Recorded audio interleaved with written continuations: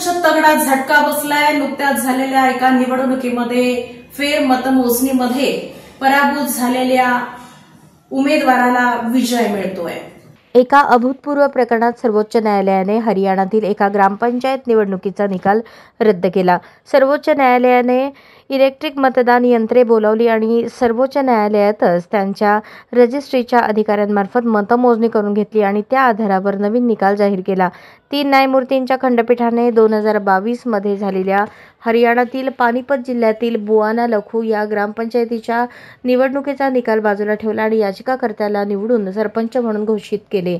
न्यायालयाने म्हटले की OSD रजिस्ट्रारच्या अहवालावर शंका घेण्याचे कोणतेही कारण नाही, विशेषतः जेव्हा संपूर्ण मतमोजणी व्हिडिओग्राफी करण्यात आली होती आणि त्याच्या निकालावर दोन्ही पक्षाच्या प्रतिनिधींनी स्वाक्षरी केली होती।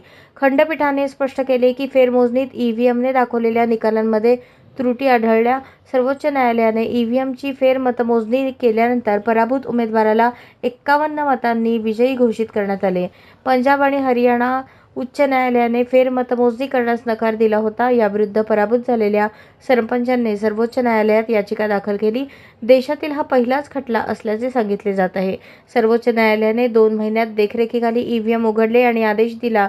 सर्वोच्च न्यायालयाने 2 दिवसात शपथ घेण्याच्या आदेशावरून गुरुवारी इसराना BDO कार्यालयात विजयी उमेदवाराला सरपंच म्हणून घोषित केले।